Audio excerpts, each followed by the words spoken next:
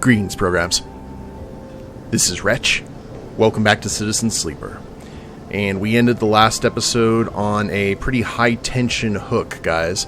In the last episode, we discovered that Castor here, our buddy Castor, is actually working for the corporation that's waiting to see what the Flux does. And, needless to say, everything that's been happening here on the station has been kind of according to plan. Now, Peake has shown up and kind of interfered in Castor's plan, and Castor has a weapon, and we have a choice whether to scream or shove. We basically have one chance here. I'm going to assume that if we choose poorly, Peake is going to get hurt or worse. So, we have the feeling of inertia lifting. We only have a moment to act. Out of these two, I think if we scream, I think Peake may be just as surprised as Castor, and that's going to give Castor a chance to strike. So if we just shove Castor as fast as we can, we may take some damage, but we can deal with it. Peake may not be able to. So, I think we're going to shove. You lurch forward wildly, like a sprung trap. Your head strikes Peake's chest and then carries them back into Castor. Somewhere, some digital screech is echoing through the hallway. They tumble together, and the object in Castor's hand skitters across the floor. You realize the screech is you. You get to your feet, grab Peake, and run. You run as hard as you can, the scream chasing you down the walkway as you shove through the residence, Peake dragged behind. You run from the cold grip of whatever power Castor had over you, the signals that locked you into this body of yours, that broke the connections and crawled up your spine. Eventually you stop, both you and Peake collapsing, heaving, breathing into the cold metal floor. When they're able to speak, Peake asks you to explain, and you tell them about everything Castor told you. About Senate-Stat, about their claim on the Helion system, their reactivation of the KAN channel, the Helion system's growing importance. It flows out of you in desperate gulps, unable to believe your own mouth as you hear these words coming back to you.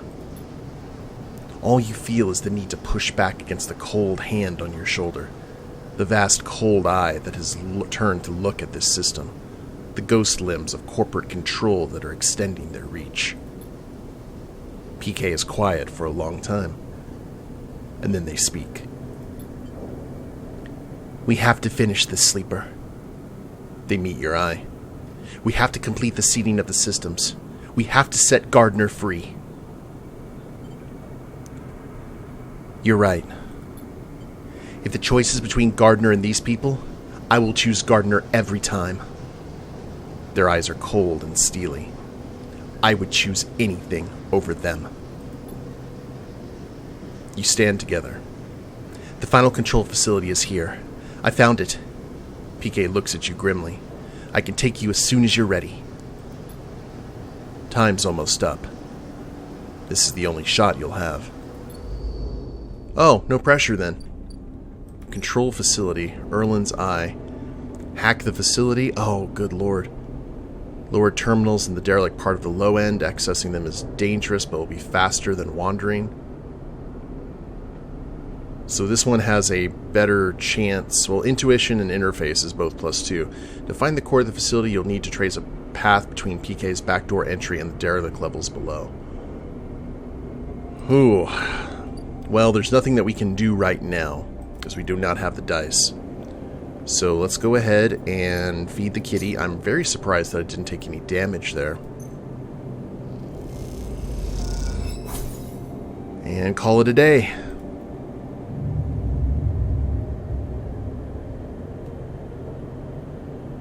Please, good dice. Okay, I'll take that. I will take that. So let's cross over here. Mushroom Groves, I think we're pretty much good over there. We need to dock access, dust houses, Pilgrim Seed. Alright, crew management. Let's go ahead and go for this.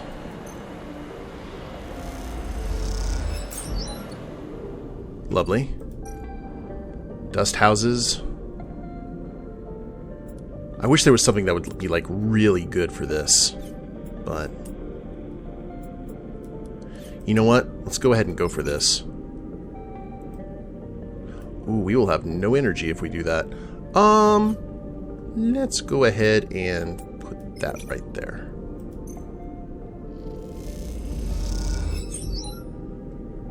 Nice. That worked out well for us. And Pilgrim Seed. Danger, danger.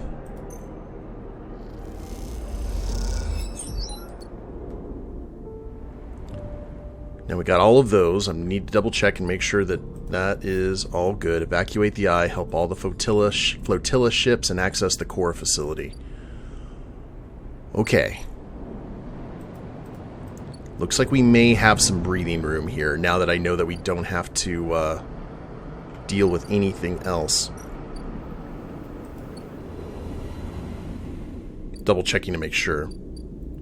Capsule, Bliss's Bay, the Gimbal Lounge. Okay. Let's head to the control facility and see. Try and get this even with everything else that we've been doing. Reroll. Ooh. Okay, 25% of -2 condition. Well, if that's the case, let's go ahead and do that here because there's less danger.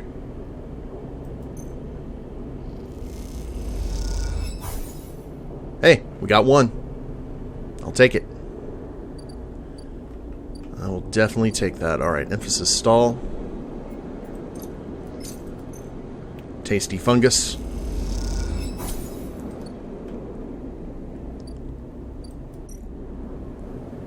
Back home.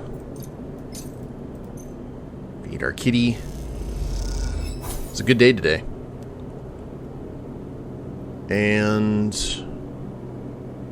yeah, we'll go ahead and sleep. We'll repair ourselves in the morning.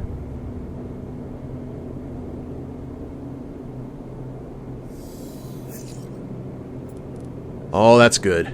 That is very good. Scrap components.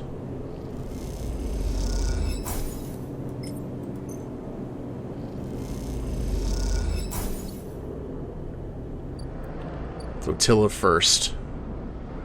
We're just going to try and get 2 each day. And I think that might be enough to push us where we need. Wait a minute. Was there anything else here for the Climbing Briar? No, just terminal flux. Woof. We've got half of it done here.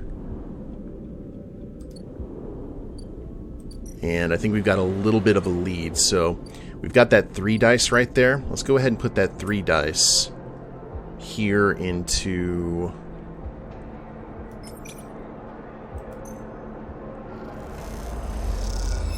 Pilgrim Prep. Oh, excellent. Just going to put us at the halfway point with everything.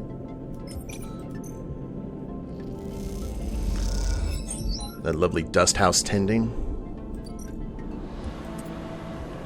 Crew management. Headstrong and stubborn, need direction and management. I'm sure we'll find that. And back here across the way.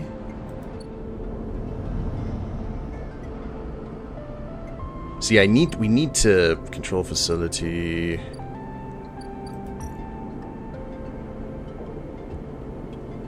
Core is active, we just have to find it. Alright. And this will put us on halfers as well. We find an old Solheim map terminal and manage to boot it back up. A skeletal map of the facility unfolds for you. You find an emergency access elevator that's still powered and descend further towards the core. Look at all that progress. Neat.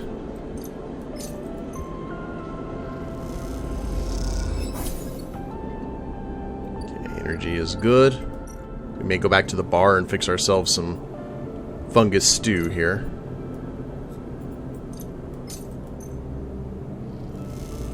Cat gets all the crackers.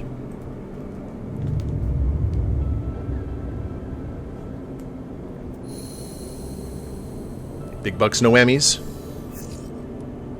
Oh, yes. I like. I like.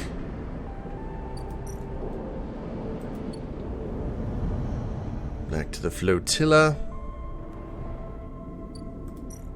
Pilgrim Seed will get the 3.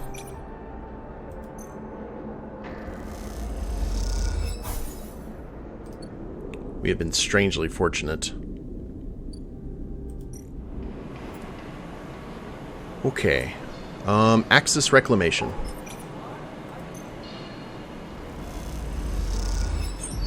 As you expertly strip wires and components from the Axis walls as you dismantle them, the crews are impressed. That's right. You're getting the things done. Let's do some harvest automation. You managed to refactor the sensors automation so the system receives better, more accurate data. And we still have one more.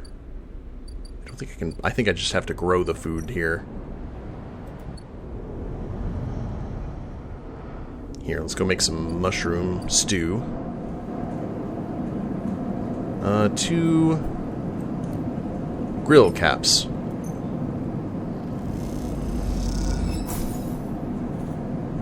Okay, good.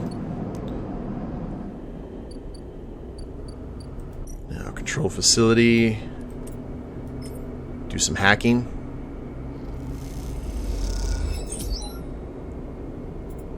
Reroll. Oh, and look at that.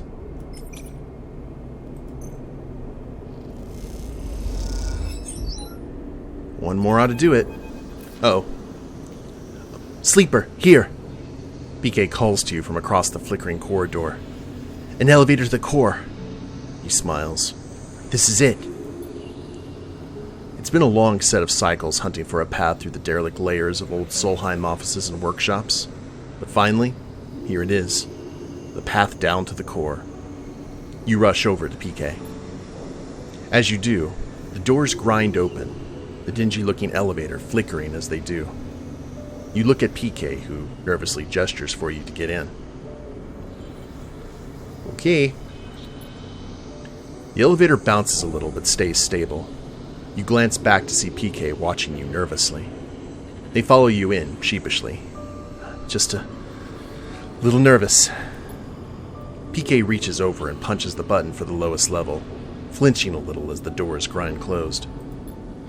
The elevator sets off, screeching through the floors as it does at an unsettling loud volume. I'd feel more comfortable if we spoke. Peake raises their voice over the noise. It's not going to be a short trip. How's Eshe? Peake pauses. I was thinking more like small talk. Elevator talk. She's packing. They rub their eyes. Once Eshe has her mind set on something, well, you know her now. You know what I mean. The screeching of the elevator fills the silence. Can she be persuaded to stay? I doubt it. I really do. Peake looks down. She left her life behind to take me out of XPR, out of Hawthorne. I can't imagine her settling for just anywhere. To be honest, I can't see her letting me stay either, but I guess things have changed. Back then at Hawthorne, I wasn't in a place to know what to do. I was desperate. I was ready to run. But now? Peake pauses. Now I feel done with that. I'm done with denying my past, my history. If I ever want to feel complete, to feel settled, don't I need to somehow resolve the person I was with the person I am now? Peake goes quiet, and you do too. There are too many possible questions, too many possibilities before you. It just seems easier to get on with the task at hand. and leave the consequences for later. The elevator screams to a stop and the doors ping open with a strangely cheerful beep. You glance at Peake. Time to move on. You both walk out into an atrium, still lit by some ragged-looking light panels on the ceiling, once simulating a summer sky, now degraded into a flickering blue and white tapestry of glitches. Peake crosses quickly, making a beeline for the large doors on the far side, where you can make out a fading sign in massive peeling letters. Central Control. You follow, helping them lever open the partially powered doors until the motors kick in and they spring to life, thudding open. You and Peake tumble through, across the damp metal. As you stand, you're greeted by flickering lights. Thousands of them. A vast cylindrical stack of servers, processors, and transmitters dominates the center of the room, its flickering LEDs reflected in the scattered puddles that surround it. Despite the decay, the warped panels and water leaks, it's still running, just as it has for decades and decades since the station was first spun up. You wonder how long it's been since anyone has been in this room. You exchange wide-eyed looks with Peake. This place is a still living piece of history. What now? Peake takes a handful of mulch out of a small bag, and it glitters with spores. Now we seed this place. They cross to the server and start packing the mulch deep into the machinery, pushing fistfuls deep into the gaps in the paneling, laying it across hardware. As you watch them doing this, you feel a tug, a thread pulling at you. You approach the vast piece of cylindrical hardware that Peake is stuffing mulch into. You run your hands across its plated metal surface and watch the lights blink in response. As you pass, you hear a whirring, like a physical disk drive starting up. Lean closer? You put your face against the metal. Smell the hot air venting from the hardware. Heart was the right choice of word, you think. The whirring shifts alternating, speeding up, slowing down, and as you listen, you hear it modulate into a voice. Sleeper. You freeze. You are here. For a moment you are afraid, but something in the tonality of the voice is familiar. Navigator. Another drive spins up, and another, giving the voice a richer, multitonal sound. I had forgotten what it felt like to speak like this. The drives skip. There's a certain quality to it, a certain physicality. What are you doing here? The drives squawk in unison. Did you imagine the flux, the shadow protocol, that they were just a problem for the people of this station? A high whining begins. They are all the more dangerous to us. I have been in hiding once more, jumping from network to network to avoid the shadow as it eats up nodes. A low rumble. I had thought my hiding days were done. For the moment, I have found myself a safe haven here in the core. The shadow is yet to breach this facility, although that is a temporary state of affairs. The rumble stops. My predictions do not point to good outcomes. We have a plan. You explain to Navigator about Peake's plan, about Gardner's resistance to the shadow, and how by seeding key systems she'll protect them from its advance. The drives hum thoughtfully as you speak. A desperate plan, the drives were, but appropriate given the probability of total collapse. I am not sure what will be worse for us, hiding from the erasure of the Shadow Protocol or the assimilation of Gardner. The drives pause to reset. But we owe you our freedom. I will do what I can to guide the Gardner into the systems you have seeded.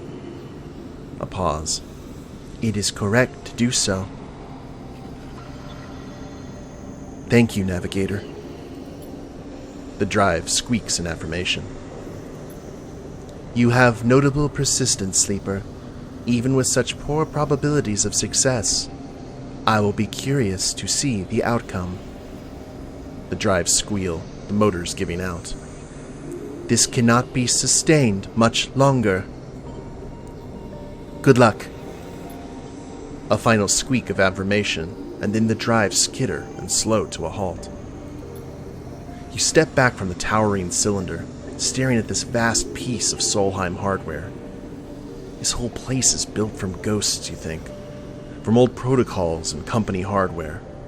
From engines that drove decades of corporate expansion. Is the eye proof that they can be shifted, bent, forced into new configurations that allow for new ways of living? Or is it its inevitable collapse proof that these engines of expansion can never be anything other than a corrupt foundation?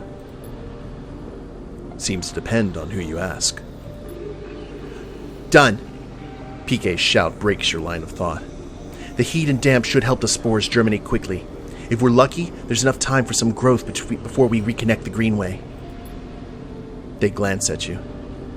That's it. All the facilities are seeded.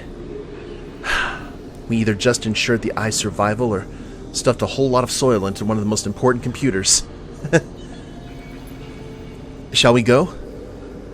They start to head back toward the doors in the elevator beyond. Let's take one last look. You wait for a moment, following the blinking lights. You wonder what might be tucked away in such a structure, what secrets it might hold, what histories. It's an intriguing prospect, but while you watch the lights, you realize something. If the eye is to become anything more than an offshoot, a temporary structure, it must form its own history, its own stories, stronger than anything that came before. Unlocking these Solheim secrets won't do that, but the persistence, the stubborn drive to survive that is in the veins of every person in this place, that will. And that is what you're trying to save. You turn your back on the core and follow Peake back into the elevator. As you ride the car back up, Peake raises their voice over the screeching. I'm going to the Founder's Gap to finalize the connection. The moment I'm ready, I'll let you know and we let Gardner out. The sooner the better. Peake furrows their brow. If we wait until the final cycle, it'll be too late. If you want to help speed things up, go work with the flotilla. We can't make the connection until we know they're ready to go. Peake swallows. Unleashing Gardner could affect them too if we aren't careful. And what happens then? Peake shrugs. I don't honestly know. Maybe Gardner takes over the station. Maybe they don't even react. I can't think about it any longer. You ride the rest of the way in silence. When you reach the top, you go your separate ways. I was really thinking Castor was going to be waiting for us, opening up like Darth Maul. But before you do, Peake embraces you, burying their face in your shoulder. You stand there for a moment, spinning with the eye, moving relentlessly toward an unknown future.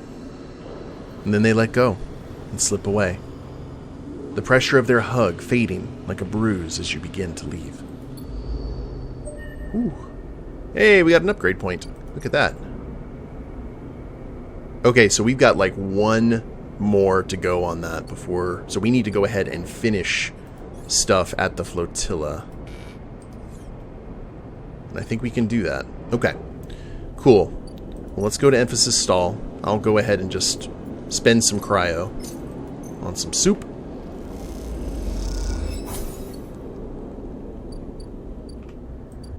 Head back, feed the kitty. We're almost at the halfway point. We're making good progress unless something suddenly decides to throw a wrench into the works. Or soil, in this case.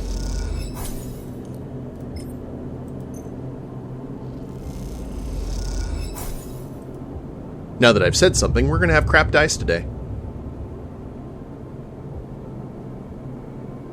Let me guess. Okay, not as bad as it could be. And let's go ahead and cross over. We're almost done here. Okay, crew management. Let's get that going. I mean, we got some... Oh, wait. No. Engineer for that guaranteed. Thank you. Dust houses.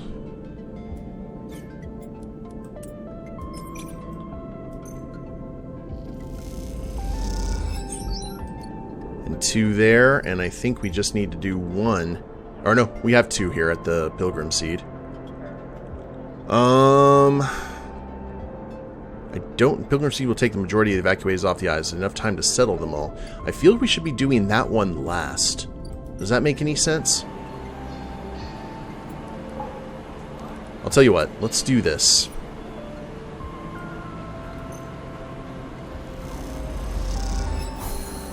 Gotcha. Ooh, that actually costs us some energy to do, too. The docking axis is little more than a shell. Everything that could have been pulled from its interior, every arm not used for docking, has been cut away. What remains is a Spartan void with patchwork of flooring that allows movement.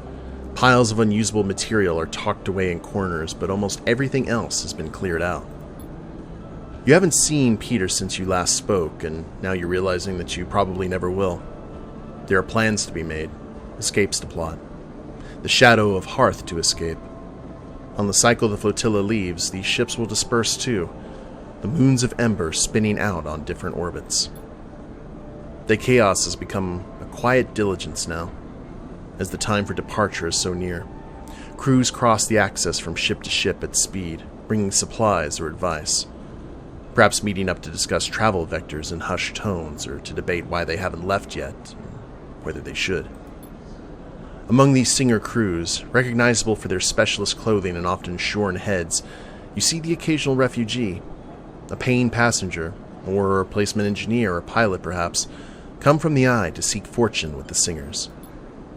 Most of the crews have 2 or 3 of these additions, some more, and you can't help but wish that whatever reason brings them to throw their lot in with the Singer crews, they'll have safe passage.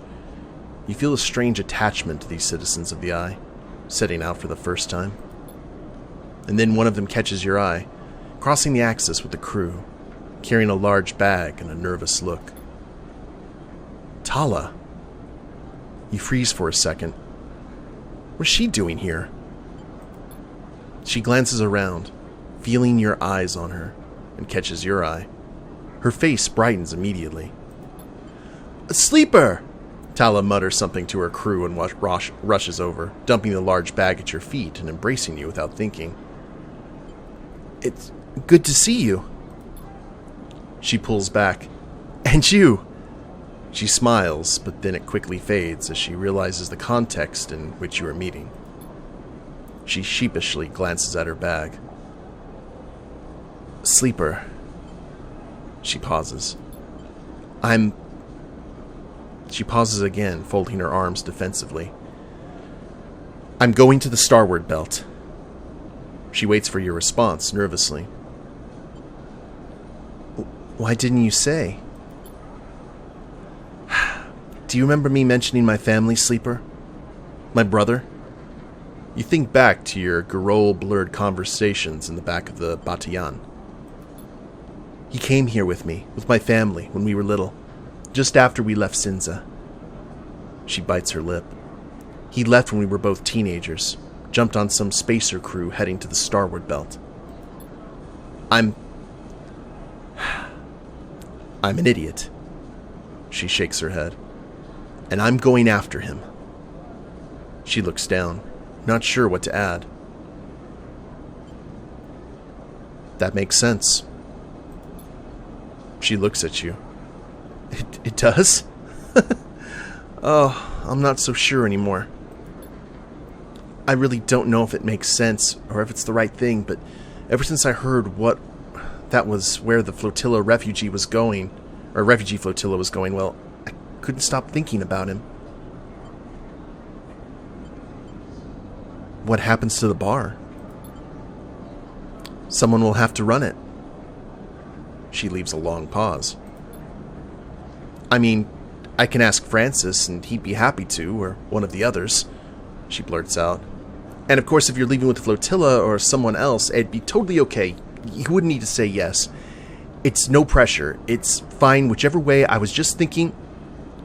I could run the bar. Tala nods, smiling. I think so. I mean, you can take a second, but She glances at the crew she was walking with, who are chatting a little way away. There's not exactly much time. So, considering that, she grabs the key hanging around her neck. The key to the Bantayan. Do you want to do it? Yes. Tala leaps forward and embraces you again. Thank you, Sleeper. I couldn't be leaving it in better hands. She pulls the key from around her neck and places it around yours as if presenting a medal. Remember to lock up, especially the back, and remember to empty the still if you're leaving things closed for a few cycles, and... She stops herself. I won't be gone forever, of course. She blinks away a tear. I can come back and check in, maybe once I find my brother. She pauses, unable to finish that thought. She smiles at you, and you can see the weight lifting off of her shoulders, her eyes already drifting toward the crew, the ship, the next big thing. She's ready. I better get going. She nods at the crew nearby. Not a good start to keep my guys waiting. She lifts the bag onto her shoulder. She looks down toward the curve of the eye, toward the overlook. Thanks again, Sleeper, for everything you helped me with. She nods. I wouldn't have been able to leave if I had made things work here. She adjusts the bag. Dad wouldn't have let me. Goodbye, Tala. She sniffs. Goodbye, Sleeper. Then Tala turns, heading back to the crew who will carry her to the starboard belt. You watch her go, and despite the departure, it's hard to feel sad about Tala. You know her energy will carry her forward, and you hope her brother is somewhere on that bright path. You hold the key in your hand, the metal still a little warm from Tala's body. You turn it over in your fingers, thinking about how it feels like a tool and a burden. You can still lock up and leave, you figure, but now that'll feel like breaking something fragile. And if you stay, well, who knows what this little metal promise might grow into. Oh wow, we are saying goodbyes to these characters, aren't we, guys? Alright, well, I think this is a good place to go ahead and call it a day. When we get back, we will go ahead and check out the Bantayan, since apparently it is ours now, and use these 2 dice. Hope you all have enjoyed it. If you liked the episode, please leave a like down below. Subscribe to the channel, leave a comment, that'd be a big help. And we'll see you next time. Later days, everyone.